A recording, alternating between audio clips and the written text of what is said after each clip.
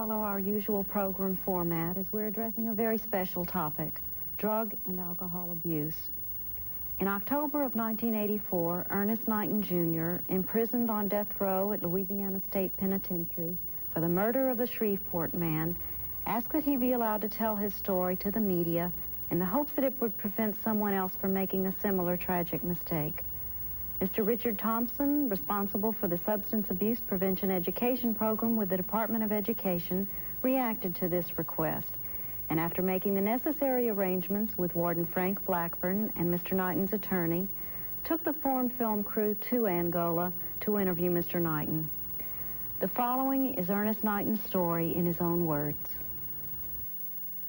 I first got involved with drugs in 1964. I left Louisiana and went to California in 1964, and a friend of mine introduced me to drugs. A friend of mine introduced me to drugs, told me it was a nice high, I would enjoy it, So I tried it from a friend, gave it to me, but now I know that it wasn't a friend. I got involved in alcohol when I was about 13 or 14 years old, and I was in Shreveport, Louisiana. Why? Because my friend told me it was good. It was, a nice high, that I would enjoy it. It was a good feeling. And so I wanted to, see how it feels. Well, I can't lie about it. Yes, it was a good feeling, but my friend didn't tell me, later on that it would harm, it would do something to my brain.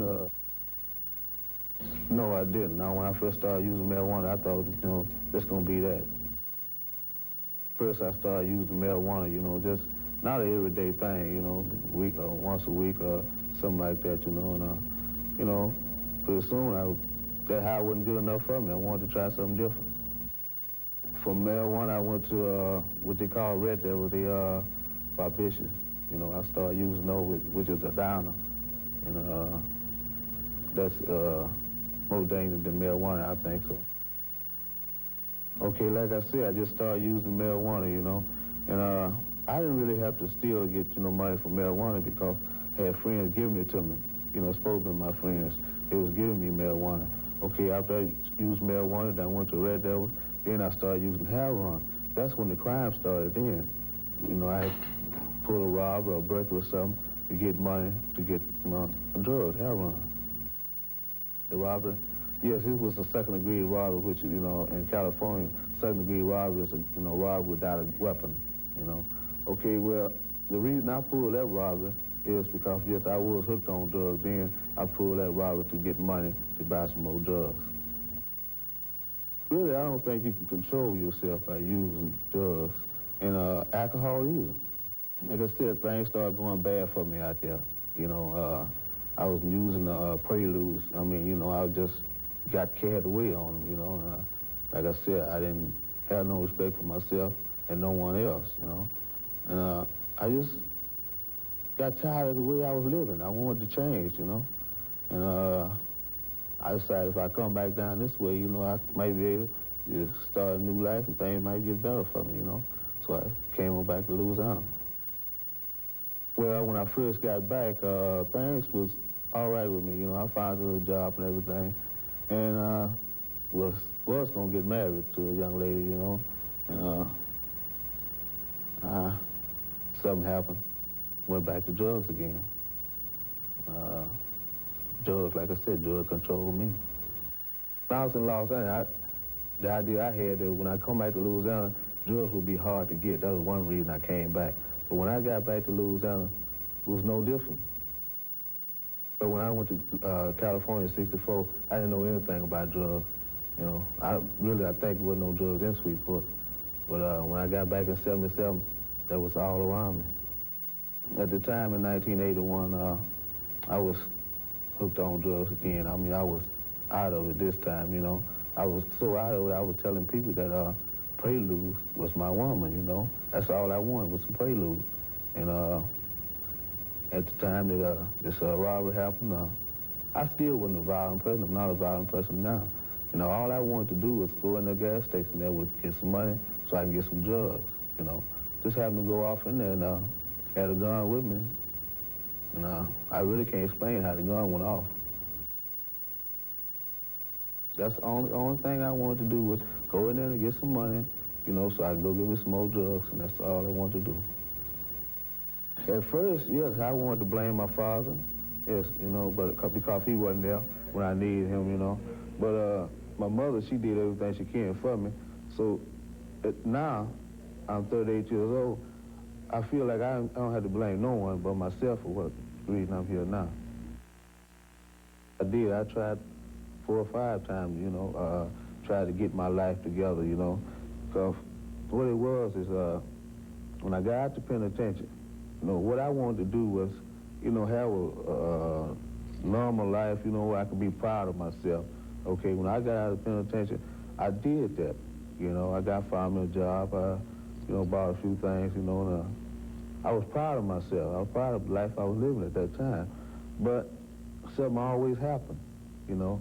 At that time, well, things just started going wrong for me. I lost my job, and then I just started using drugs, you know, and I just didn't care. That's what it was. So when I first got busted, you know, in 81, I was trying to get my life back together, and I wanted to, you know, if I just had somebody I could go to and talk to and explain to them what I'm going through, yeah, another reason I don't think I'd be here either then if I did that.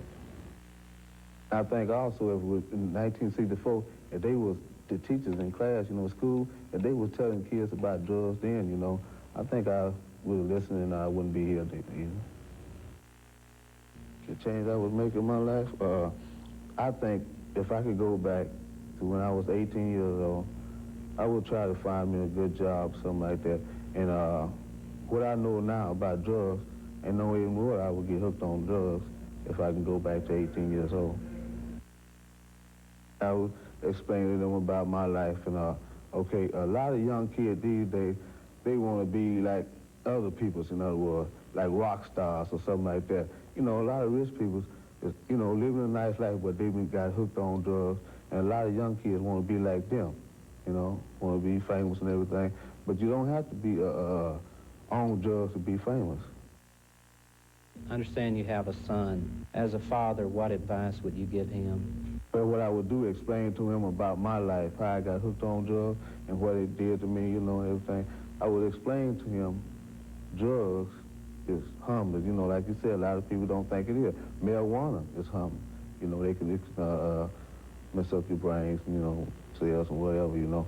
I would do my best to explain to him that my life coming up, I tried to do right, but things happened, and now I'm here on death row, scheduled to be executed on October the 30th. And I think by just explaining to him about my life, what happened to me in my past, I believe that would be a good enough reason for him to stay off of drugs. Well, the advice I would give him is, you know, like I was saying earlier, you know, a lot of kids want to be like rock stars and everything, you know. I think a parent should always talk to, you know, kids. Just like you would talk to your kids about, you know, everyday thing, you know, about, about life, you know? So you sit your kid down, you talk to your kid, and you tell them about drugs. Explain to them about drugs, what drugs can do to you. Look at Earnest Knighton, you know, he's 38 years old. He got hooked on drugs when he was 18 years old. And all his life, he's been in and out of jail, you know. And look where he is now, on death row. I don't want to be like him. I'm not going to use drugs. And be serious about it and be strong.